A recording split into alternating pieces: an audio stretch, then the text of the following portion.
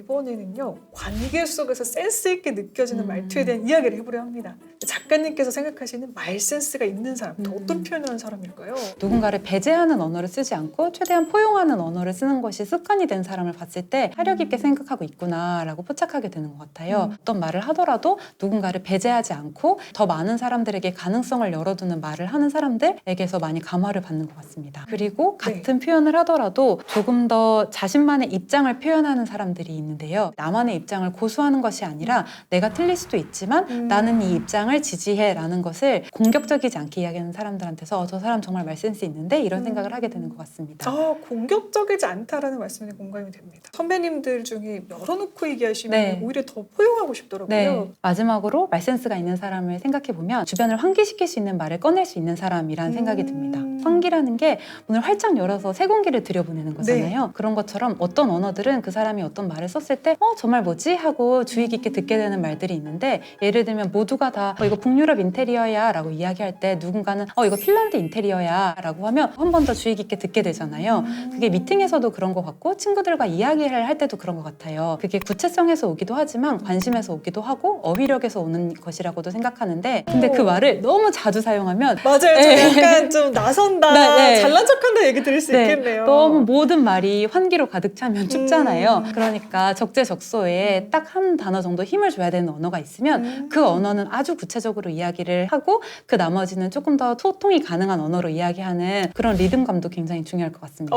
네, 리듬감이나 포인트 공감이 많이 됩니다. 네. 행복은 디테일에 깃든다라는 책 속의 소제목의 연신 고개를 끄덕였는데요. 이렇게 사용할수록 행복해지는 말습관도 있을 듯합니다. 어떤 커피를 좋아하세요? 라고 이야기했을 때 조금 더 구체적으로 나는 산미가 있는 커피를 좋아하는데 그 중에서도 어떤 커피를 좋아해? 라고 이야기하는 것이 단순히 언어를 구체적으로 말하는 것뿐만이 아니라 나 자신에 대해서 돌아보는 계기가 되기도 하더라고요. 그걸 왜 좋아하는지를 생각하고 그 대상에 대해서 구체적으로 이야기하다 보면 그 마음이 퍼져서 다른 사람도 기분 좋게 할 뿐만이 아니라 우리 사이가 조금 더 따뜻해지지 않을까라고 생각을 하는데요. 저도 떠올려 보니까 제가 블로그를 잠깐 운영을 하다가 시간 관계에서 못한 적이 있는데요. 네. 가장 즐거웠던 순간이 내가 맛있게 먹었던 음식에 네. 대한 묘사와 예찬을 하는 맞아요. 순간이었어요. 그런 과정이 네. 굉장히 행복했거든요. 맞아요. 아무리 취향이 없는 사람이라도 조금 더 좋아하는 것들이 있기 마련이고 그쵸. 조금 더 좋아하는 것에는 이유가 있기 마련이잖아요. 그 이유를 들여다보면서 성장할 수도 있고 또 그걸 좋아하는 마음이 더 커져서 다른 좋아함으로도 번져갈 수 있기 때문에 예찬이 습관이 되는 게 굉장히 좋은 것 같습니다. 그러네요. 네. 예찬의 표현을 많이 써보자 되게 좋은 포인트라는 생각이 듭니다. 추천해 주실 만한 표현이 있을까요? 예찬 표현이요. 저는 주전 멘트들을 보고 진짜 많이 배우고 그 열광의 언어들이 다 애정을 기반으로 한 것이기 때문에 그런 표현들에서 주로 감화를 받기도 하고 사랑이라는 말을 생각보다 진짜 많이 쓰는 것 같아요. 이걸 내가 왜 사랑하는지를 계속 구체적으로 설명하려고 하고 사랑한다고 말을 많이 하기 시작하면 제가 진짜 사랑이 많은 사람이 되더라고요. 스타분들한테 그거 많이 쓰시잖아요. 네.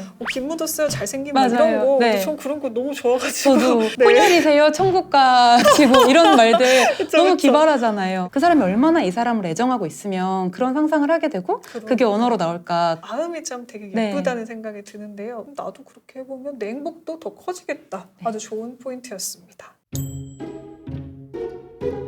어떤 말은 나를 누르고 또 잘하지 못하게 하는 말도 있죠. 반면 어떤 말은 사용할수록 내가 성장을 한다, 나를 키워주는 말들이 있습니다. 자기 개발에 도움이 되는 성장의 언어, 요즘에는 어떤 트렌드가 강한지 또 어떤 표현이 좋을지도 여쭙고 싶습니다. 내가 업무적으로 성장할 수 있는 말과 개인적으로 행복할 수 있는 말은 방향이 조금 다른 것 같은데 기조는 같은 것 같아요. 내가 하는 일을 정확히 알고 말할 수 있는 표현의 해상도를 높이는 것, 내가 하는 업무를 구체적으로 이야기할 수 있는 가장 뾰족한 단어, 최적의 언어를 고안해서 그 말을 하는 버릇을 들인다면은 소통을 하는 데 있어서 나만의 차별점을 줄 수도 있고 또 나만의 무기가 될 수도 있다고 생각을 합니다.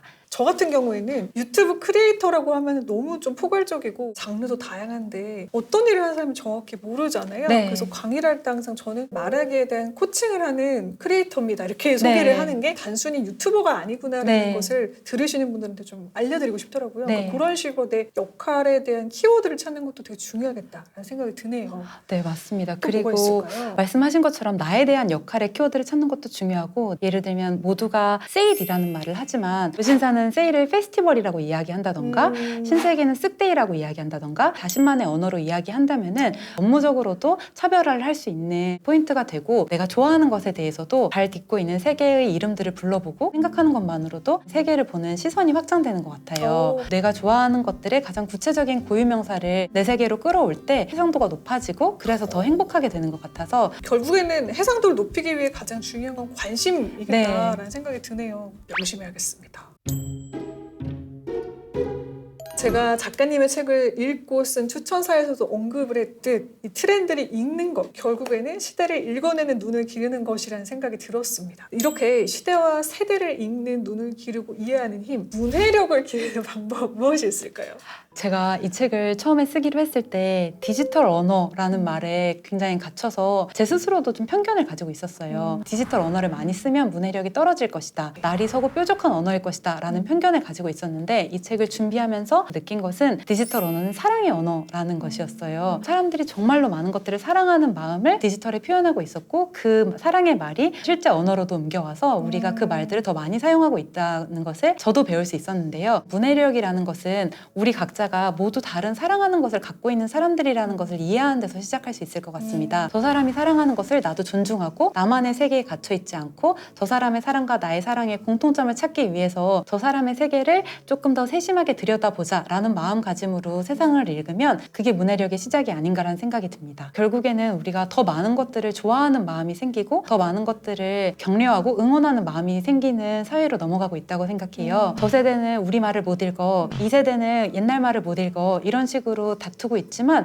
서로가 서로를 애정하고 그 세대에게 관심을 가지고 그 세대의 언어를 읽으려고 한다면 더 소통하는 데도 도움이 될 것 같습니다. 갈등을 해결하는 핵심 어떻게 보면 이렇게 이해를 하고 사랑의 마음으로 이 사람의 세계를 들어가 보려는 것, 그리고 그 시작이 언어가 될 수 있다는 것, 작가님의 책 말의 트렌드를 통해서 다시 한번 깨닫게 되었습니다. 저만 읽어볼 수 없겠죠? 댓글 달아주신 구독자 15분께 나눔 이벤트 하고 있으니까요. 많은 댓글과 관심 부탁드리겠습니다.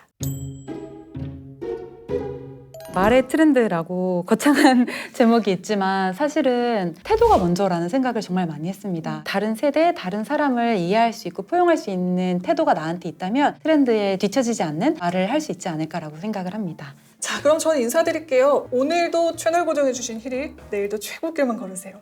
안녕! 뿅!